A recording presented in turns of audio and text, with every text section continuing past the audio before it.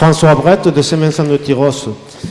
Vous avez présenté ce projet comme étant un projet salvateur un petit peu de l'emploi local.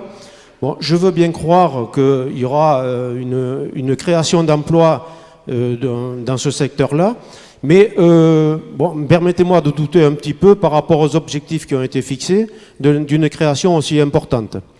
Mais je voulais évoquer un autre sujet. Vous avez dit également que ce projet devait traîner une masse importante de touristes dans le secteur. Donc ça veut dire que cette masse importante de touristes dans le secteur va engendrer une circulation un peu plus importante aussi dans ce secteur ici. Nous avons des villes et des communes dans ce secteur-là, et je veux parler de Saint-Vincent-de-Tyrosse, qui est complètement asphyxiée par la circulation. Imaginez qu'on en rajoute un petit peu plus de circulation. Quel va être le cadre de vie des Tyrossais et des communes environnantes. Donc je vous pose la question, ce projet, moi je ne suis pas forcément contre, mais quelles sont les incidences que va avoir et quelles sont les répercussions que aura en matière de circulation et d'infrastructures routières dans le secteur. Saint-Vincent-de-Tyrosse n'en peut plus. Il y a 20 000 véhicules par jour, vous entendez, 20 000 véhicules par jour qui passent dans ce centre-ville, que ce soit des camions, des voitures, des convois exceptionnels. Donc la question est posée, quel cadre de vie vous envisagez pour les locaux? Monsieur Kerrouche. Bien. Alors, sur les incidences routières. Alors, c'est une question, je passerai la parole. C'est une question importante. Ça fait quand même, on parle de 1000 lits sur 180 000 lits qui existent déjà sur la communauté de communes. Hein. C'est ça. On parle de ça pour l'instant. Maintenant, monsieur, paradoxalement, ce projet, alors on n'en a pas discuté parce que ça ne semblait pas le lieu, on était focalisé sur le projet, mais ce projet, ça peut être aussi une opportunité en matière de desserte à penser pour justement réaliser de nouveaux passages.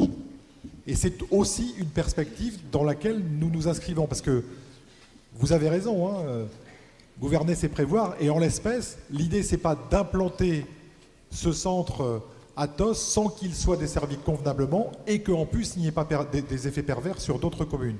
Par ailleurs, je finis là-dessus, il y a un autre projet que vous connaissez qui concerne l'extension de l'A63, et dans le cadre de l'extension de l'A63, dans le cadre de la procédure d'enquête publique, nous avons demandé à Atlante, qui est le concessionnaire, de pouvoir conserver la voie de chantier dont ils vont se servir pour réaliser l'élargissement de l'autoroute, pour que cette voie de chantier, ultérieurement, puisse servir de court-circuit à des trajets qui existent actuellement et donc soulager pour partie la commune de Saint-Vincent-de-Tyrosse.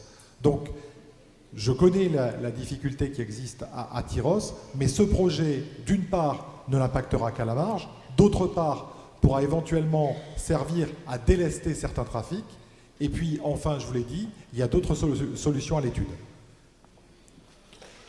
Merci.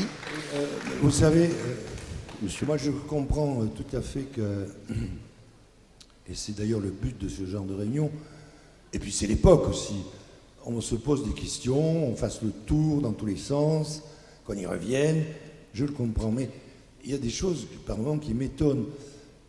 Il y a 180 000 lits sur la MAX, 180 000 lits. Est-ce que c'est 1000 ou 2500 lits de plus qui vont changer la donne? Bien sûr que non. Bien sûr que non. 2500 sur 180 000.